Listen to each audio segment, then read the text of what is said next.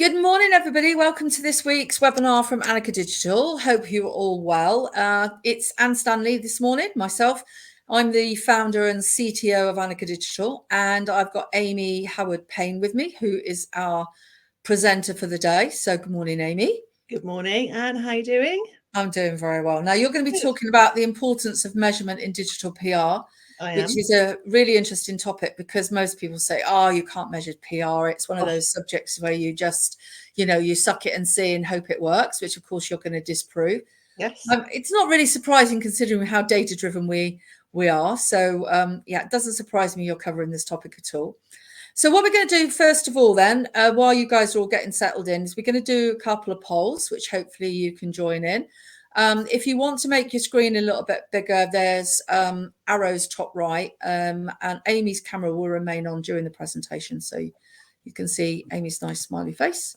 Well, so let me see my hair as well, so I notice I sit here doing this. Yeah, well, that's okay. So let's start off.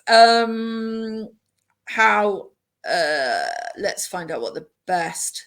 So we're going to be talking specifically about PR measurement tools.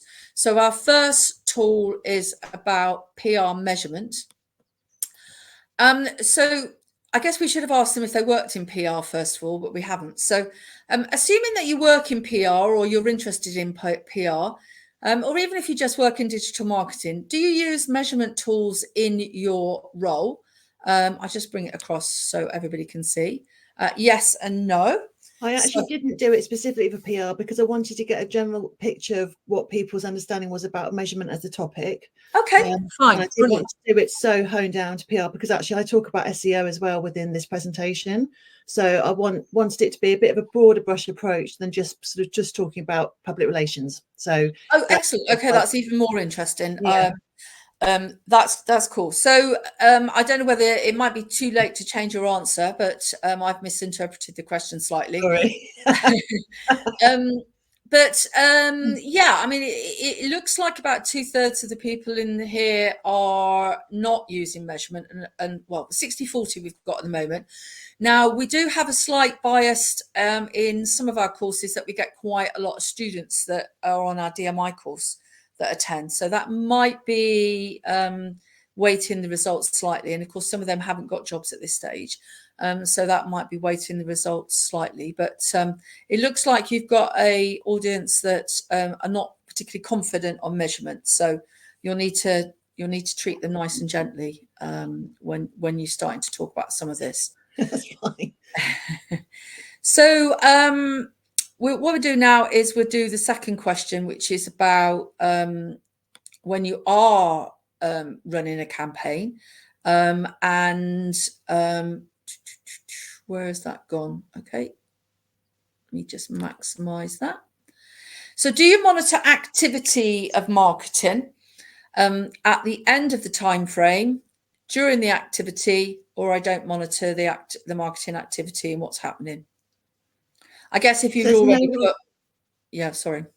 Yeah, there's no wrong answer with this. I just wanted to kind of gauge at what point in the process people are actually thinking about measurement or not. So it's just, again, so I talk about this throughout the presentation. I talk about when we should measure, when, and when is a good time to do it. So, it really isn't a wrong answer here. It's just interesting to understand what people are doing if you're doing it. So, and don't worry if you're not measuring, because this is the whole point of this presentation is to talk you through measurement, what it looks like. So it will go back to kind of the... And I agree with you. I think people are more likely to be measuring general website activity, and whether, particularly if they've got e-commerce, because they want to know they've got sales or if they've got leads. But it doesn't necessarily mean that they're measuring activity of all their individual channels. And there is this sort of general myth and misconception that you can't really measure PR anyway, can you? Mm-hmm. So I think the audience in their brain set went, and that's the mistake I made. I thought you were specifically talking about PR, but actually any marketing activity, when and how you should be measuring it is really important. Yeah, and I'm going to talk about the digital channels in some detail, because in traditional PR, it was just measuring kind of press coverage. But now it's actually quite blurred, the lines, because there's a lot of things you can measure, and the metrics behind it all are quite different. So actually, it's what was actually in a way quite an easy thing to do. Not easy. I'm putting a very light brush on that because it's not at all. But actually, it's quite a complex matter now in terms of measurement because there's lots of different parameters. Yeah, So I'll talk about that as well.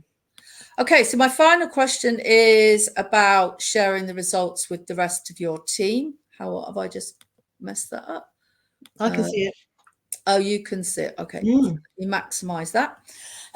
So how easy do you find it to share the results? So, if you wanted to go and check whether you've released a PR press release and it's been put in the local paper, I guess what you could do is just literally buy the local paper and cut it out and share a picture of it with the rest of the team. But that's not exactly what we're talking about here, is it? We're talking about other mechanisms of sharing results and the different types of results.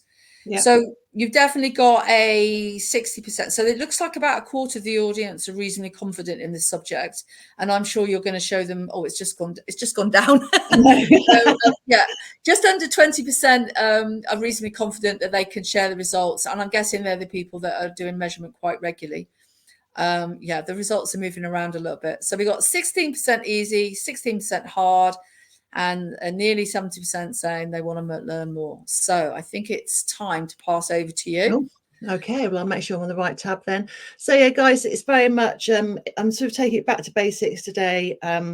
I'm going to talk about basically what measurement is, what it is for PR, but also in the broader context of digital PR as well. So Anne's not sharing a screen anymore. I'm not going to look at myself. I won't be able to see myself presenting, thank goodness. So here we go. So so the topic today is the importance of measurement in digital PR. So first of all, wanted to share this picture of me and talk about me a little bit.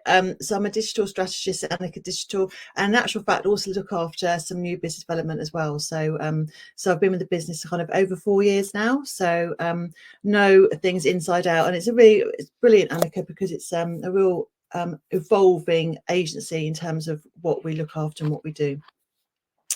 So in terms of my experience, so before I came to Anika, I've worked in a number of PR agencies. I have worked in PR for a long time. And I've also worked in-house or client side. So I've seen both sides of the fence when it comes to PR and developing and executing campaigns and getting coverage for clients or working for the brand itself. At Anika, I look after PR strategy. I very much kind of look into insights and outreach for B2B and B2C clients. So B2B is business to business, so trade accounts effectively, and B2C is business to consumer accounts. I also work really closely with the SEO team to use PR to build links, so backlinks. So PR is now very much integrated into SEO and digital. It's more of a digital functionality, which is why my role is digital PR, not PR. And we'll explore that in a bit more detail throughout the presentation. In addition to my PR hat, I also look after some training modules for the Anika Training Division, presenting content modules alongside Lauren in the PR team, and as I mentioned earlier, support some new business development as well. So I know a lot of you are not just based in Leicester. It's great to see so many people around the UK, but I live in the East Midlands, so sort of in the heart of the country. And I was just saying to Anne this morning that when I took my daughter to school, kind of walking through fields to get to her village primary school, so really right in the middle of the countryside. So it's absolutely fantastic and quite muddy. Anyway, let's crack on. So just a kind of overview on Anika, if you're not familiar with us, we're 18 years old. And we've got 18 years of data-driven digital marketing for e-commerce brands and established brands across different sectors. We focus on kind of 5 core areas. So the first is strategy, and then we look at social, and that's organic and paid. Search is the third one. Online shopping, e-commerce, and also skills with our kind of education hat on as well. And I talked about that earlier in terms of delivering some of those modules. And there's a great picture of Anne. We recently celebrated the 18th birthday of the business. And this was taken at an e-commerce lunch event where Anne spoke about her journey and what she's done to get to bringing Annika to where it is. And she's got an amazing story to tell, because she hasn't just kind of said, this is my skill set and I'm going to leave it here. She's really evolved and developed the business with a huge focus now on AI. So it was a really great celebration and a sort of real tick in the box in terms of like how the business has evolved. So lovely picture, just kind of brings together that day and that celebration. In terms of what we're going to be looking at today, we're just going to kind of have a recap around what PR is, in case you're not familiar with the discipline. Then we're going to look at what the sort of current PR landscape is looking like in relation to measurement. We're then going to define what measurement is. We're going to look at how to measure. I'm going to touch on AI as well, because it's around the future. And also, importantly, give you some kind of practical takeaways in terms of how you can implement some of the things you've learned within the presentation. I'm not looking at the chat, so hopefully Anne can answer any of your questions. But if there's things you don't understand or things you want to kind of explore in more detail, do drop it into the chat and I can look at it at the end of the session, and I'll run through that and have a bit of a Q&A. But I'm hopeful that everything I've put in here is kind of self-explanatory and covers any questions you may have. So what is PR? So I've used a quote here from the Chartered Institute of Public Relations, but essentially PR is all around reputation, and it's the result of the actions you make, what you say and what others are saying about you. So PR has the aim of earning understanding and supporting and influencing opinion and behaviour. So very much building out a narrative with PR essentially here. And it's a planned and sustained effort to establish and maintain goodwill and mutual understanding between an organisation and its publics. So what this is saying is it's not a one-off activity. It's not just delivering something and walking away. It's about establishing a narrative, establishing brand recognition and reputation, and maintaining that. So what you need to do to maintain a reputation, brand awareness, newsworthiness. So it's not kind of just you can set something off and hope for the best. It's very much about maintaining that and ongoing delivery and outreach. How can PR help businesses? There's loads of things PR can do to help a business. So it can improve your brand's reach and your visibility, both kind of offline. When we talk about offline, we talk about sort of print publications. Okay, so that's trade publications, broadsheets, tabloids, newsletters, that kind of thing, and online, which is your online channels, whether it's kind of blogs or websites or e-newsletters, sort of a whole host of other things you can look at online. So it's sort of improving that reach and visibility. PR can amplify and enhance your credibility and your reputation. So by essentially that means that you're enhancing your reputation by pushing out really proactive and targeted messages to your target audience. PR allows you to control your message and also helps you to protect your brand or your product, your service. So by setting up sustained and ongoing communications, it can help build a bubble around your business and kind of really proactively promote what you're doing. It helps you to increase your sales and generate revenue, and that's all to do with what we're talking about today in terms of how we recognise that and measure it. It can maximise your return on investment. You're going to see this word quite a lot, ROI. So that's return on investment, and competitor advantage. And that's really important when we think about measurement.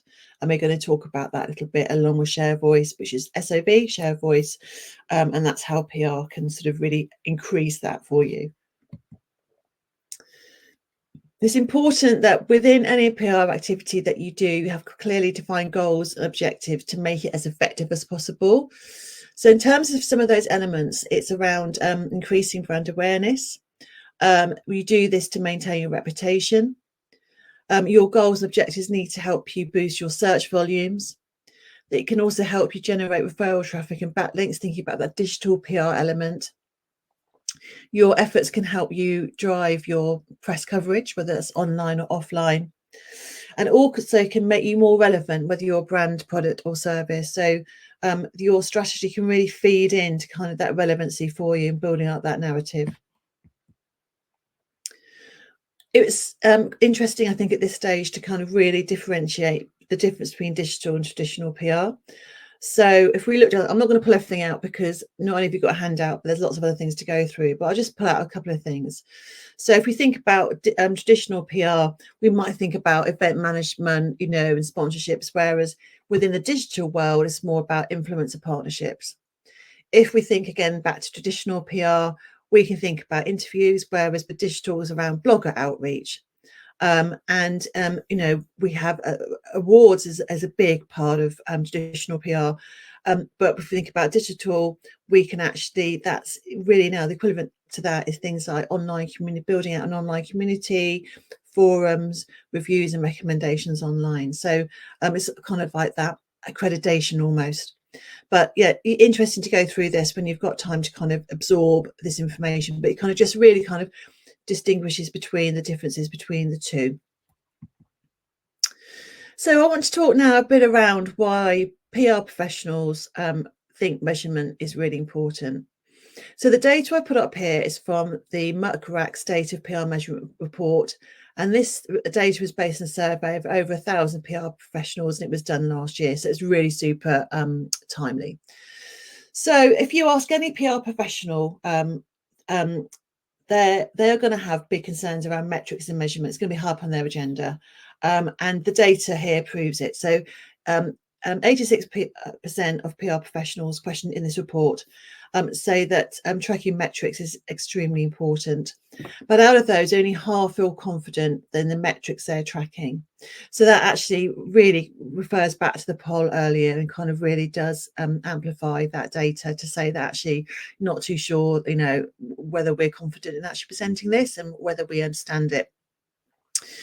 And what's really staggering here is around 50% stated their budgets are directly impacted by achieving goals. So what this is really saying is that the ROI that they're bringing directly, you know, is directly correlated to the business. And if they're not delivering ROI, it seems that, you know, budgets are actually going to be impacted by that. So that shows the importance of measurement, and it shows the importance of delivering effective campaigns. So here, I just wanted a quick slide. There's a bit of theory in this presentation, just because that's me. And it's just, I thought it was interesting that the importance that the CIPR places on research, measurement and evaluation. They see them as real key components of strategic management and professional practice. They really want to push this kind of education around research, measurement, evaluation to offer PR professionals guidance and counsel to their clients and employees so they can manage expectations and provide evidence-informed basis for research, measurement and that evaluation in practice. And there's lots of things they do to do that. So, for example, I'm part of the CIPR CPD learnings, and I've got like 20 points to get before the end of the month for my CPD. But that really kind of ensures that PR professionals really are on top of all the nuances and the new findings and new ways of researching and doing measurement for their clients and in-house. There's also things like the CIPR professional practice review. You can do online training, webinars, there's in-person events and networking and sharing of best practice and things like this as well, like webinars where we can share expertise around measurement. So just some areas here just to kind of just amplify the fact that the measurement is really important and it's taken seriously by the governing body. This slide here, the data is from Cision, and Cision is a software tool that we use at Annika, and it was so good that I thought I was going to drop it straight in. So the accreditation here is to Cision, but I'm going to talk through the different areas here to go through and just discuss with you. So in terms of, you know, because we can sort of ask the questions why we bother to track the coverage, why is it important?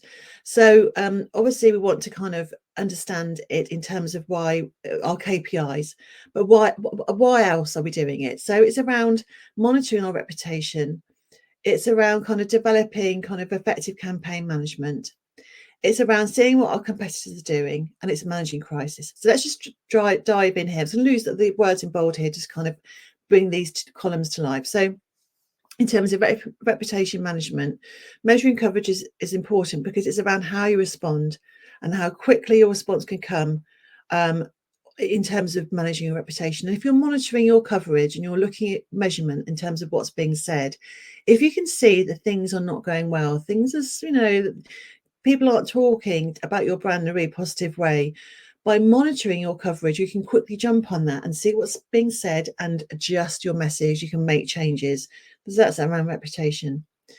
In terms of campaign management, by closely monitoring metrics, the metrics that you've set and what you've said in terms of your benchmarks, you can quickly assess the effectiveness of your campaign in real time. So you can then see what's being said right now about your activity, and you can also quickly make an adjustment and optimize activities if necessary. So that's why measurement is important.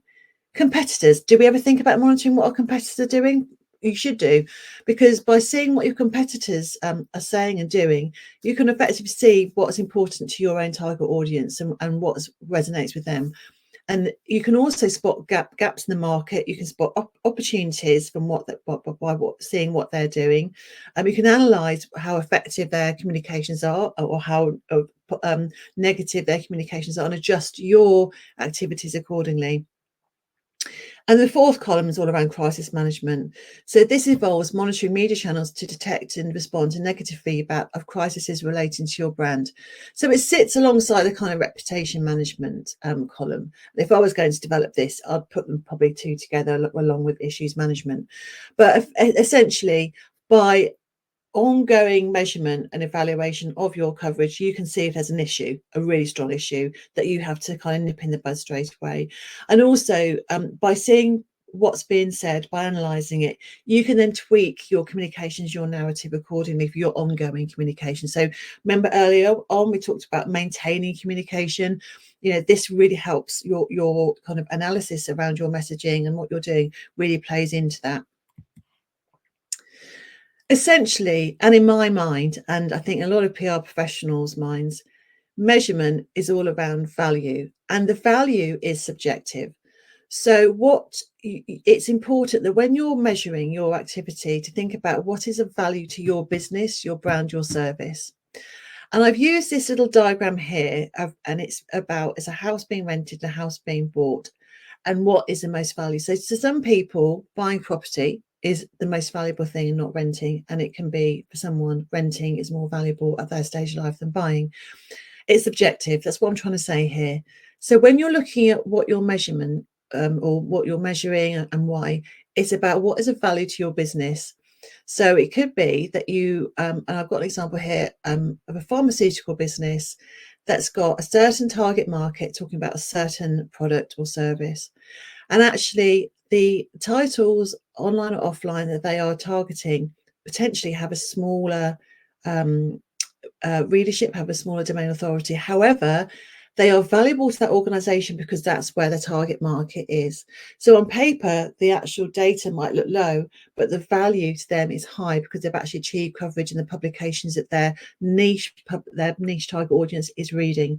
So you've really got to think, as a massive insight here, that it's very subjective, and it's about the value that it is and it brings to your business or organization.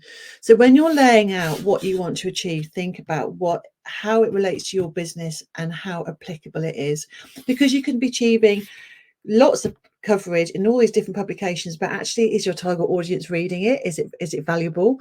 No. So therefore, it doesn't deliver value to you or your business, and it doesn't amplify or enhance your PR activities at all. So value for me is a key element in terms of PR and measurement. This is a bit of a theory slide here, so I'll leave you to kind of digest this in a bit more detail. But essentially, it talks about the value of PR and communication strategy in the kind of communications value circle. It's got 4 dimensions which connect to performance indicators, measurement tools, and methods of evaluation. And the goals, as you see it laid out here, very much kind of look at tangible assets around communication. They look at intangible things, such as your brand, your reputation, and corporate culture. Thirdly, they look at how flexible your communication and your measurement is, and it's around your trust and stakeholder relationships. And fourthly, it looks around opportunities for development. And with measurement, that really does resonate really strong, because it shows you actually what's going on with my share of voice, how can I improve against competitors, how actually is there an opportunity here that I can identify and move forward? What is the potential for innovation, and how resilient can I be in a crisis with my measurement, due to measurement? So that's quite an important side actually, although it's kind of quite heavy weather. So back to lots of lighter things now, but sort of exploring that topic around PR value in a bit more detail. Anne actually talked earlier about sort of a press clipping and putting it on a wall. When I was early on in my career, we literally did cut out press cuttings, and they arrived in an envelope as well from our clippings agency. And we kind of go through and go, oh, this has achieved this much readership, and put it on a board or send it off to the client. We don't do that anymore. It's just, we've moved a long way from there. So today's practitioners really need to demonstrate tangible value by connecting their outreach to business objectives. And that's your value here. So where we see value is where we're connecting outreach to the objectives of the business. And there's a brilliant quote here that brings this to life. And it says, rather than collecting lots of data, the trick is to distinguish what is crucial for your own organization and its communications. So essentially the value. What is valuable to your organization and your communications? What are you looking to achieve? Are you achieving it? And who's the target audience? Value really is subjective, and this is a brilliant PR campaign. I wanted to include it just because it's fantastic. But and it's to do with AI. AI is an amazing source of data, but there's a creative group of people that come together to launch a copyright fight back against global tech firms and their AI models. It's not against AI. It's just saying they want to be recognised for the source of the information that's being published on different AI platforms and different AI softwares. And it was a fantastic campaign because never before has a UK press, and this is tabloids and broadsheets, featured the same headline and imagery on the same day. So this is groundbreaking. So the value that this has achieved for the group of creative industries that have come together is phenomenal. And it's phenomenal also for the publications that have done this, because they've actually kind of gone, this is a really important campaign for us, and we're going to just, instead of being competitive with our these other titles for the day, we're actually going to join together to get this message across. So there is the value. Okay, so the result that they achieved was valuable to those businesses, brands and artists behind the campaign. And it wasn't just in publications. I heard it on the radio that morning. It was across different platforms and blogs and different, social media. But this was just a really great PR snapshot to kind of bring this to life. So really trying to amplify this message around value and the fact that it's subjective. But as long as you recognise what the value is and you've set your measurement against that, that is truly valuable to you. So let's move on to kind of defining measurement. And, measuring value does come with its challenges because, you've got to be able to prove your worth. You've got to be able to prove how valuable it is. You've got to be able to prove how things align, how it aligns to your business goals, how PR is actually achieving those goals. You've got to show how impact can be measured effectively. Can you prove it converts? And what is conversion? Okay, so you've got to understand what conversion means to you and your business. What is that actual value? And there's another curveball here, and I think I mentioned this earlier as well when we were talking, that digital is not just one channel. So although digital is fantastic, and we're working in this digital world now, it's not a one channel approach. There are multiple platforms that we monitor, so that comes with its own challenges, because how can you assess one part of engagement, because engagement's different on each channel. So PR in terms of, okay, what you're achieving in terms of a publication is it is readership, and it is domain authority, it is your target audience. But when you go to an online channel, it is completely different. So an AI alone here, represents the speed of change and how that's changing in the digital landscape. So, this slide could be redundant like in a month's time based on what AI is doing. So perhaps we're back in a month talking about that.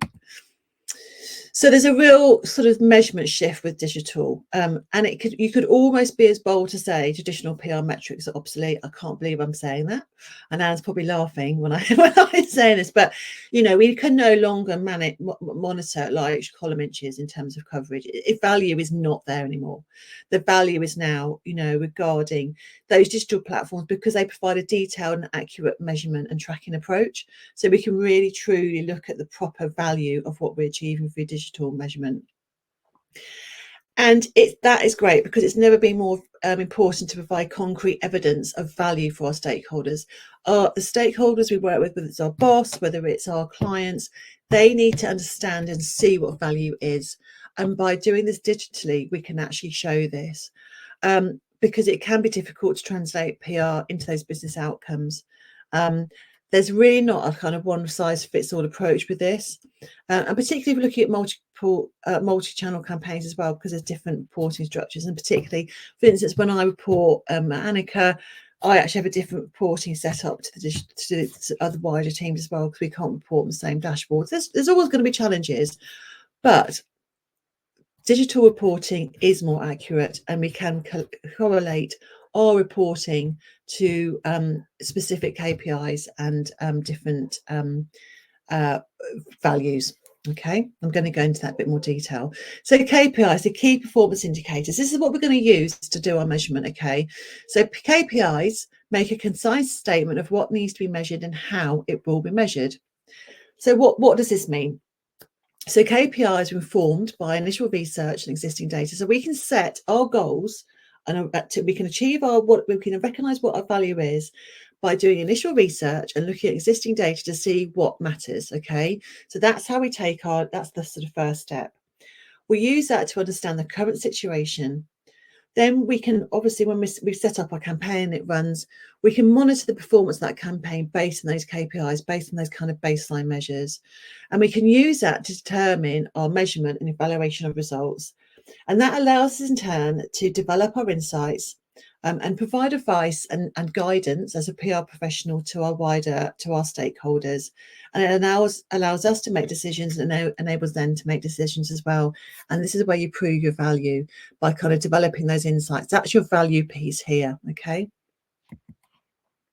So when we look and sort of dive deeper into this, looking at those actual KPI metrics, there's kind of three main areas I kind of pull together. So we've got reach and visibility, quality, and conversion. So if we dive into reach and visibility first, we can look at total impressions. So this is how many times a piece of coverage has been seen by the target audience, what the engagement rate is of the audience, and the mention volume and the quantity of mentions. Value comes to me as well within quality. So what is the quality of these mentions? What drives the value? So it could be the domain authority of the outlets you're targeting, the sentiment. So you could get loads of coverage, but the value is not there, potentially because it's all negative. So that's not quality. So the sentiment is really important to analyze as well. You've got to, you need to show that it's positive coverage. How many times a brand is being mentioned, and share of voice. I'm going to go into share of voice in a bit more detail in the next slide. And finally, when we look at conversion, it's the online traffic.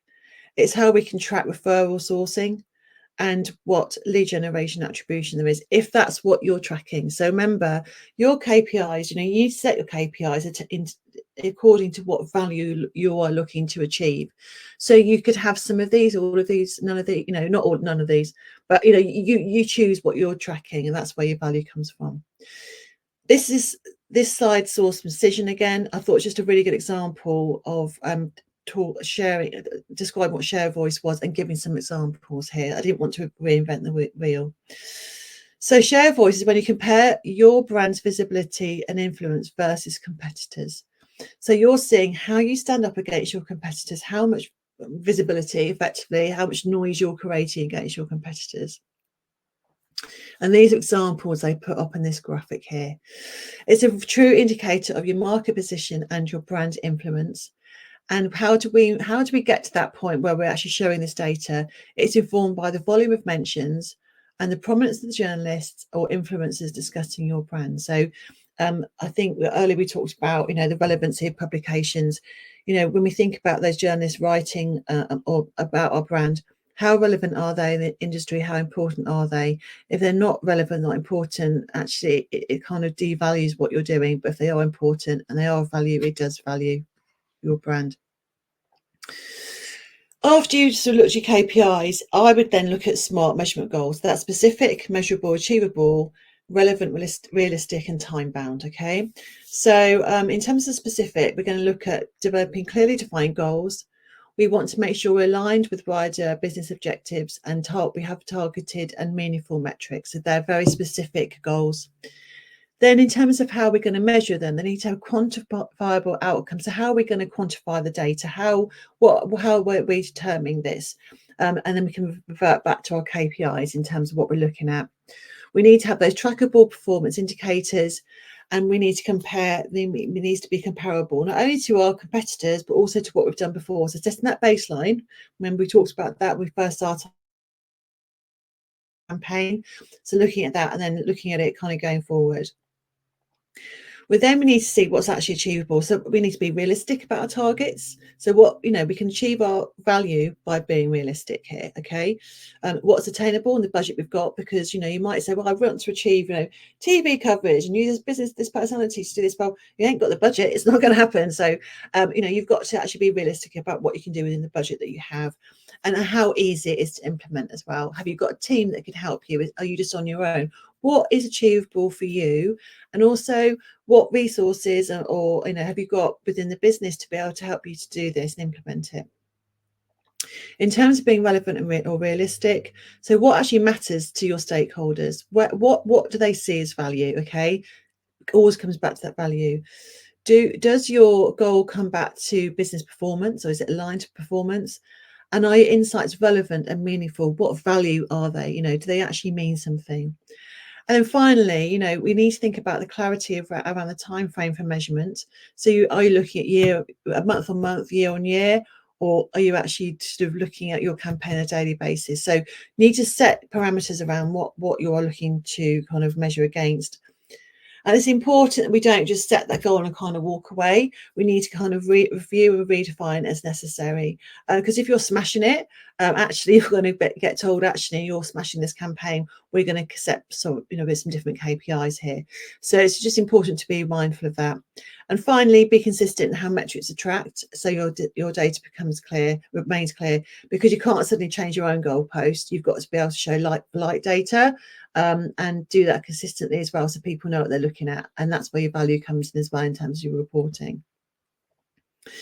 Quite a lot to go through on this line. Again, I'd sort of encourage you to look at this on the handout rather than going through it in great detail now. I'll pull out a couple of things here, but yeah, so traditional PR measurement was all around column inches, and now it's all around real-time analytics.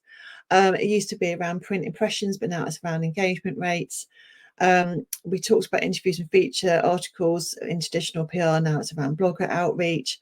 And also in terms of traditional PR measurement, it was all around manual tracking. Now it's around sentiment analysis. So you can kind of get an idea of how we've shifted from that traditional kind of viewpoint to how it is from a digital viewpoint now.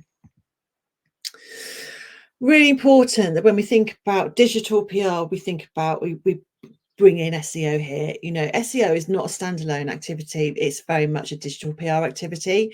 And unless you're incorporating SEO techniques in your digital PR outreach, you're not going to be effective. And why is that? We need to think about backlinks, because they're so powerful and it proves our PR effectiveness. And it's, when we have targeted placement, it can really have a positive effect on search engine rankings. So it's really, really important. And quality, that really trumps quantity in terms of effectiveness. So it's that value piece again. So for me, it's, and Google looks for quality rather than quantity. And I'm, Brad could talk about this in a whole presentation. So I'm not going to go into this in detail. It's just a snapshot. But what I'm trying to say is it's all around that value piece here. In terms of how we're going to measure this, it's around domain authority, referral traffic analysis, and looking at the quality of links as well. But I'm going to leave Brad to go through that, and he's done loads of great presentations on this, which you can look back at, through the webinar links. So jumping on to how to measure now. So how are we going to demonstrate that value? So effective sharing of results enables evaluation, benchmarking and forecasting. So we need to use the SMART objectives to get goals around what needs to be achieved. We need to be really clear on what the baseline is. So we need to know, we're moving from here to here and how things are going to be achieved, okay? And it's important that we're not measuring just at the end of an activity, but also during an activity, because we need to check progress and adjust, review and refine as necessary. So for example, it allows us to see if it's on track, whether things are behind, or whether you're surpassing expectations, okay? And that's really important, not to kind of just be stagnant. You need to be going in, you need to be checking, you need to be monitoring throughout the campaign. So ways in which you can do that through and there's lots of different software platforms you can use, but you can set up alerts to come into your inbox, you can set up daily reports that you can go into, you can track and click on mentions to see what the sentiment is. There's lots of things you can do to kind of ensure you're doing that. So it's important to look at how you can tell how the story can be told, to develop what the narrative is in terms of like developing that value, developing that awareness. And it's important to understand how you can actually present this back and how you're going to show how measurement is being shown. So there's a quick diagram here as by someone called Sam Knowles, is showing that if you have analytics and you combine it with storytelling, you can then influence, and that's whether you're influencing your stakeholders or your audience, because you need to actually be showing the value and telling a story around it.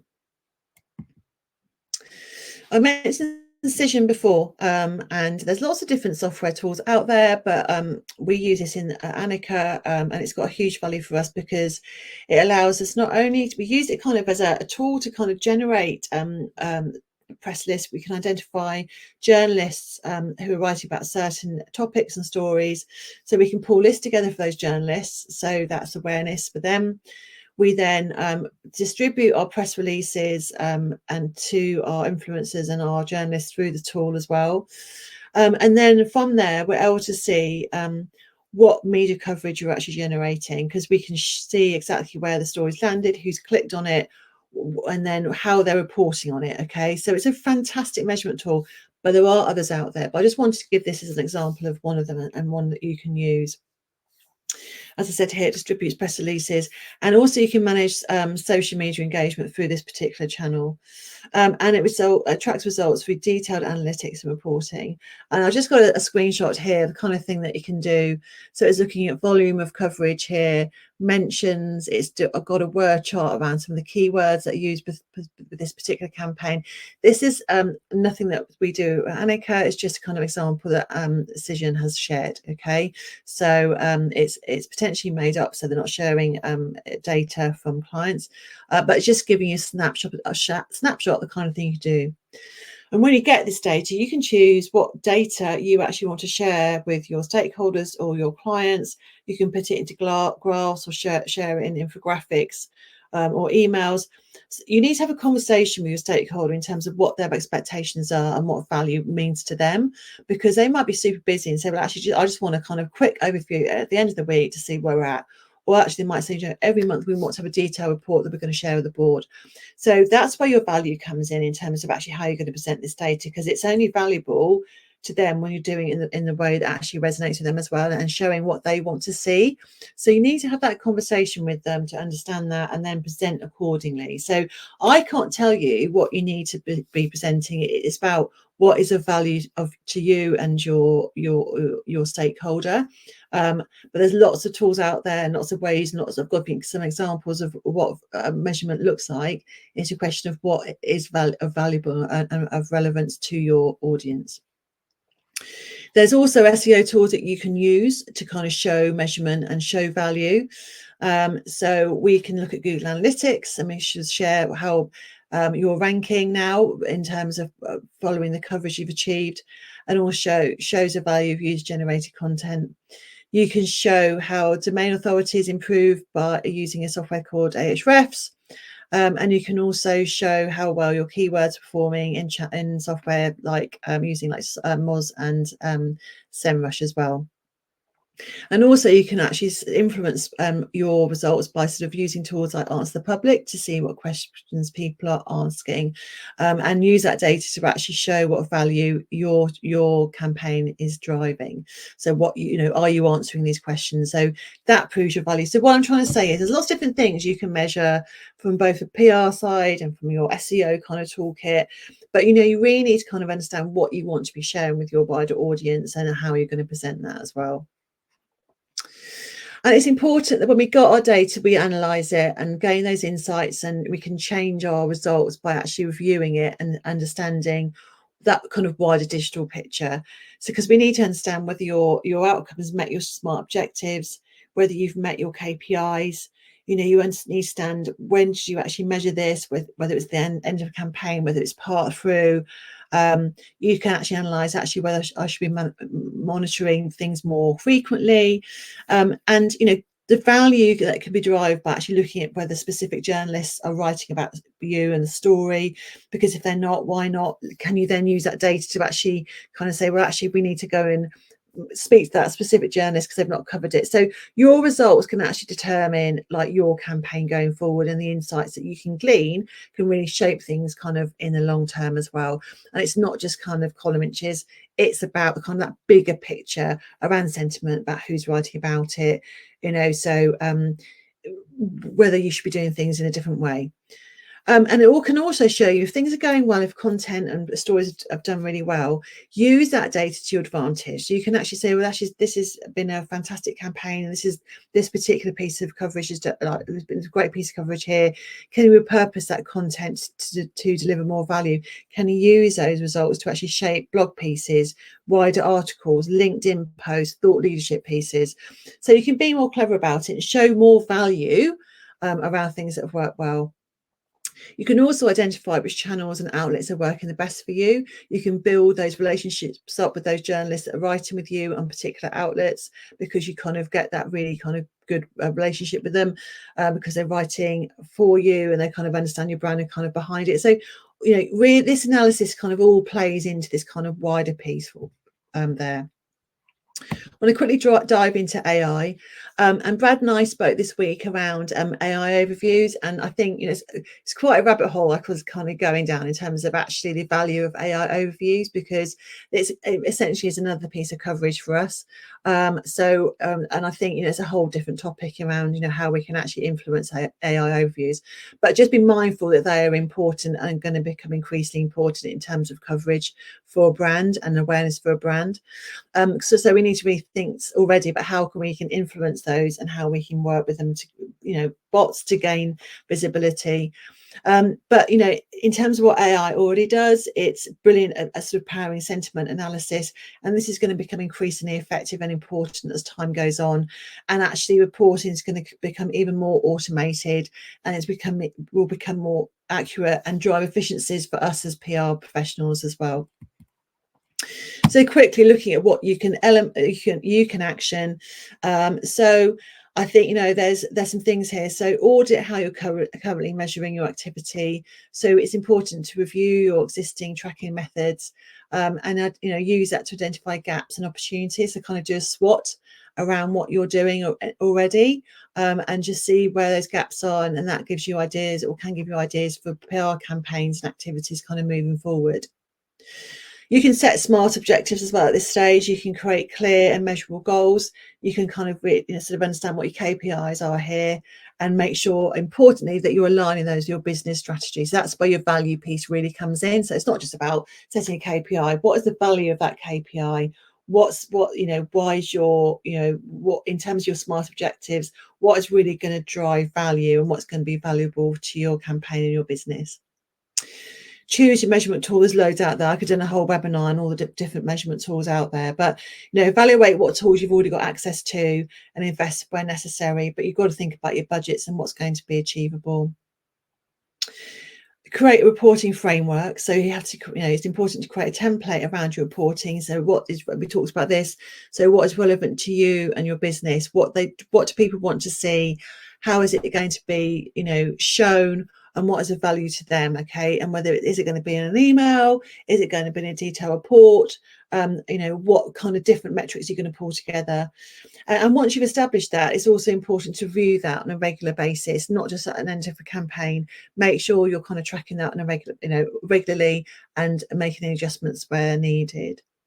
And finally, well, this is around adjustments. So refine your measurement approach as and when, and be aware of those technologies like AI and different tools that are coming onto the market to integrate processes, new processes where needed.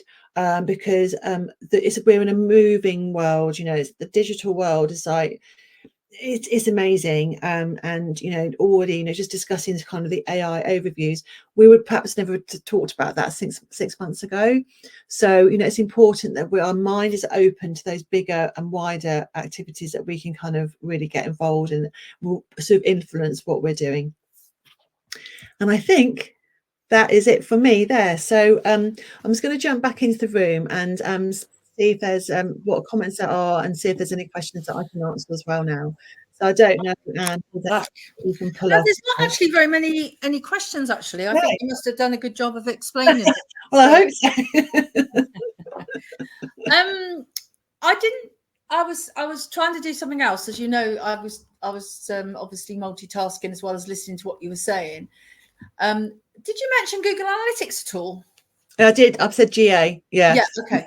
So one of the things that's quite interesting about all this is if you go and look in your referral traffic, you can start to see ChatGPT visits coming in now. And obviously, if you run PR, then you're hoping that not only the media title or the publication is actually going to show it offline, it's going to show it online. And if you have been able to get a link, which of course has got its SEO benefits, you should actually start to see some traffic as well. So in a way, GA4 is the end result of a lot of your activities. But when it's an awareness campaign, of course, it might be that people see an article for you, but then they might search on your brand. So there's some indirect measurements that we can look at. I just wondered if it was worth me showing an example of I don't know whether I can show my screen, but we got Looker Studio reports, haven't we? So I don't know whether I can stop sharing my screen now so that you can jump in. Will you answer those questions while I just go and see if I can share my screen? Let me have a look and see. But I think, what I was really trying to get across was the value. And I think we need to really, by setting KPIs and those SMART objectives, that's when you really understand what you're looking to do. But it isn't just one picture. You can't just look at one source. That's what I was trying to get over as well. And that Anne's completely right. Have you got I think Iram's made an interesting point. What I'll do is I'll share my screen, and I'll just show you the I haven't actually got the SEO part of it, but I've got what a Looker Studio reports looks like, which is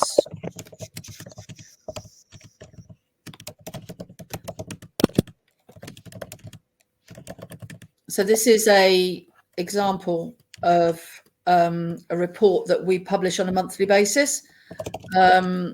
This one's been redacted, so this is why I'm able to show you.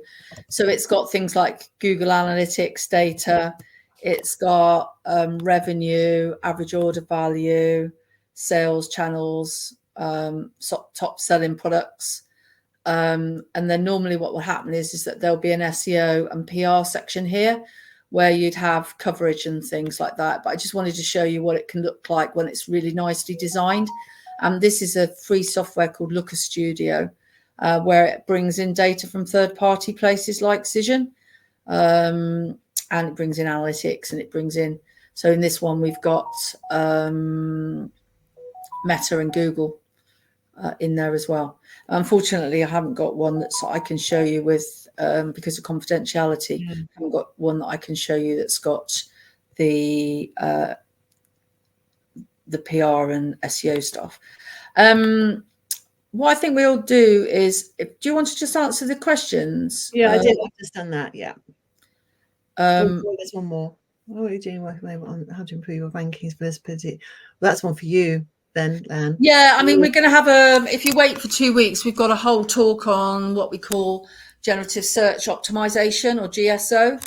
Myself, Brad, James, and a guy from a tracking tool called Ranker is presenting that. So look out for that. But a lot of it's around SEO, but there's some other stuff as well.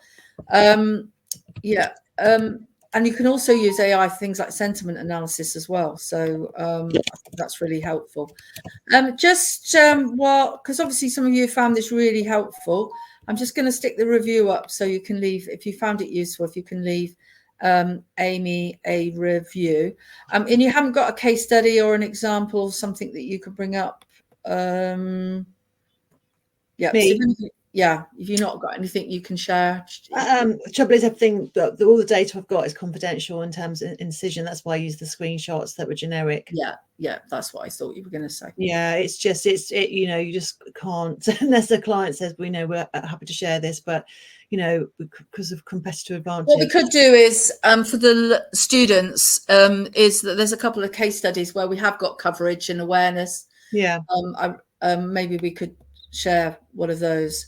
The other thing that would be really nice, if any of you are in e-commerce, we are running an e-commerce conference. The tickets are free for if you're in e-commerce. If you haven't already got a website, unfortunately, you won't get a free ticket. But if anybody's interested, the e-commerce conference is on the 11th of June. So you can apply for your ticket by clicking on the link there as well. Excellent. Thank you so much, Amy. I know you've got to run off and do a few other things. So yes. I'm going to stop the recording now.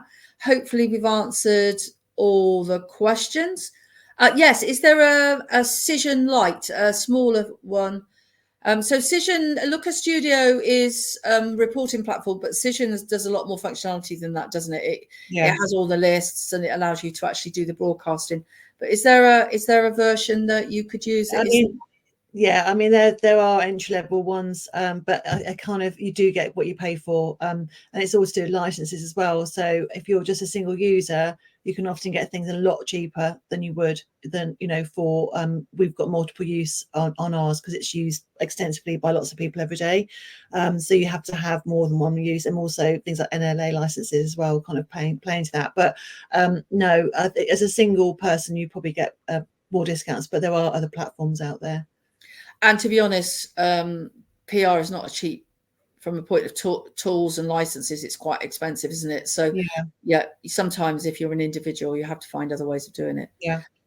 Okay, well, thanks very much, everybody. We'll see you next week. I'm not sure who is actually doing the webinar next week. I forgot to check. But if you go onto the Annika page, you will be able to find that out. So look forward to seeing you next week. Bye. Thanks, guys. Bye. Bye.